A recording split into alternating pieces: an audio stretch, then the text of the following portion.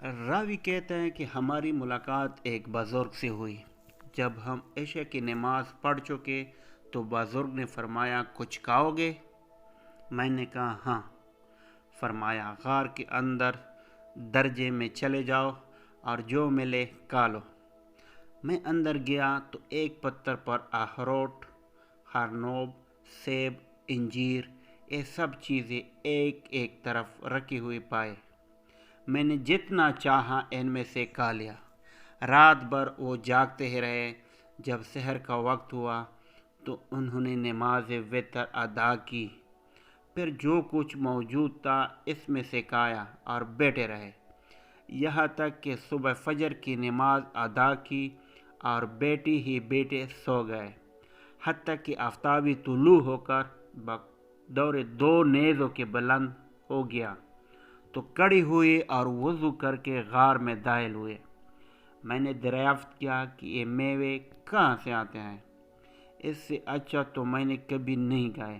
فرمایا، یہ تم آنکھوں سے دیکھ لو گے۔ اتنے میں ایک پرندہ آیا جس کے دونوں بازو سفید اور سینہ سرخ اور گلا سبز تھا، اور اس کی چونچ میں منکی اور پاؤں کے بیچ میں اخروٹ تھے۔ اس نے منکی کو منکی پر اور اخروٹ کو اخروٹ پر رکھا۔ جب اس کے پروں کی آہٹ سنی تو فرمایا، تو نے دیکھ لیا؟ میں نے کہا ہاں۔ فرمایا، یہی پرندہ میرے پاس یہ چیزیں لاتا ہے۔ 30 سال سے میں نے پوچھا، دن میں کتنی بار آتا جاتا ہے؟ فرمایا، 7 بار۔ میں نے حساب کیا تو 15 بار آیا اور گیا۔ میں نے ان سے ذکر کیا تو فرمایا، تمہارے واسطے ایک بار زیادہ لاتا ہے۔ اور ان کا لباس ایک چال کا تھا جو کیلے کی مثل تھا۔ میں نے پوچھا، یہ کہاں سے آپ کے پاس آتا ہے؟ فرمایا، یہی پرندہ عاشور کے روز 10 ٹکڑے اس چال کے لاتا ہے۔ میں نے اس کا کرتا یا پاجامہ بنا لیتا ہوں۔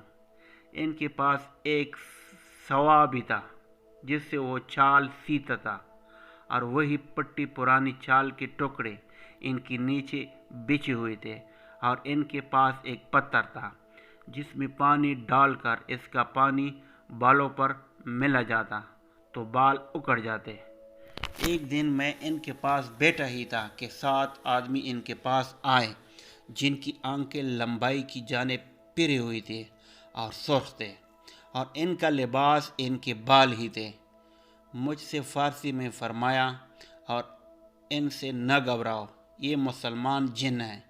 ایک نے سورہ طٰہٰ آپ کو سنائی اور دوسرے نے سورہ فرقان اور ایک نے سورہ رحمان کی کچھ آیات آپ سے سیکھی۔ پھر وہ چلے گئے۔ میں نے انہیں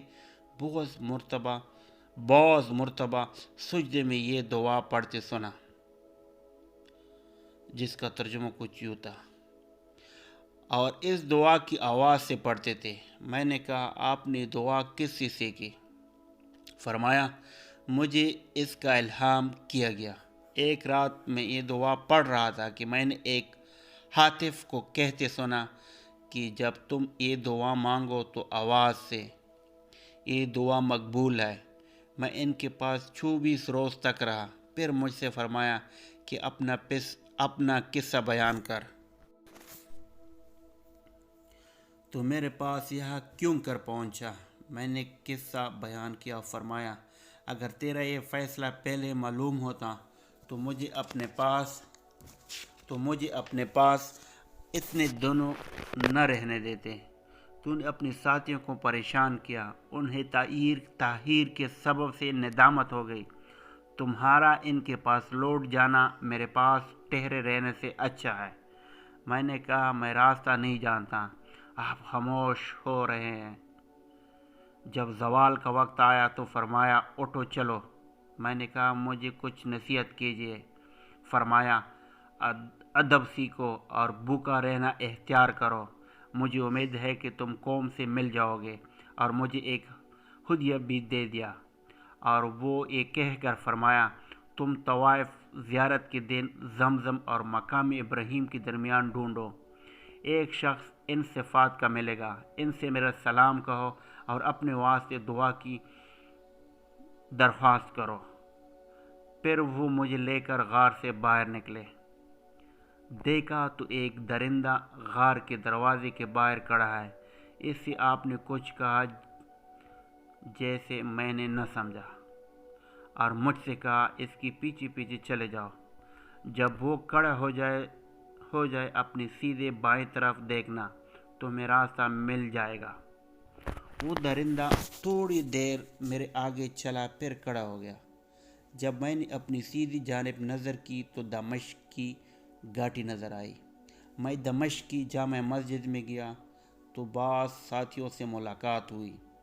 میں نے ان سے قصہ بیان کیا اور ہم سب ان کی تلاش میں نکلے، اور بہت سے آدمی میرے ساتھ ہوئے۔ چنانچہ ہم اس پہاڑ اور چشمے پر پہنچے اور 3 دن تک اس غار کو ڈھونڈا، مگر اس کا پتہ نہ چلا۔ پھر انہوں نے کہا، یہ چیز تم پر ظاہر ہو گئی اور ہم سے پوشیدہ کی گئی ہے۔ میں ہر سال حج کرتا تھا اور اس شخص کو جس کا اس بزرگ نے پتہ دیا تھا تلاش کرتا تھا، وہ مجھے نہ ملا، حتیٰ کہ 8-10 برس گزر گئے۔ اس کے بعد میں نے اس شخص کو جن کا پتہ اس بزرگ نے دیا تھا زمزم اور مقام ابراہیم کی بعد اثر کے پایا۔ میں نے انہیں سلام کیا، انہوں نے جواب دیا۔ میں نے عرض کیا کہ آپ میرے لیے دعا فرمائیں۔ انہوں نے میرے واسطے چند دعائیں کی۔ پھر میں نے کہا کہ ابراہیم کرمانی آپ کو سلام کہتا ہے۔ انہوں نے دریافت کیا کہ تم نے انہیں کہاں دیکھا؟ میں نے کہا کہ کوہ لبنان پر۔ مجھ سے کہا، خدا ان پہ رحم کرے۔ میں نے کہا، کیا ان کی وفات ہو گئی؟ کہا اس وقت میں نے ان کو ان کے بھائیوں کے ہمراہ غار میں دفن کیا ہے اور ان کی نماز ادا کی ہے۔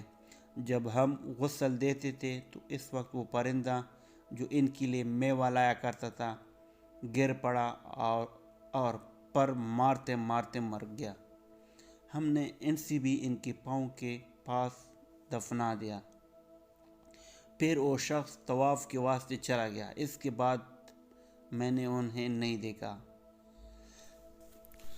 حاصل، بے شک اللہ والوں کی شان ہی نرالی ہوتی ہے، اور اللہ سے تعلق جوڑنے کے بعد یہ دنیا سے بے نیاز ہو جاتے ہیں۔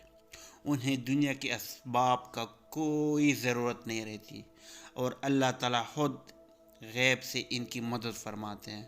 اللہ تعالیٰ ہمیں بھی نیک بننے کی توفیق عطا فرمائے، آمین یا رب العالمین۔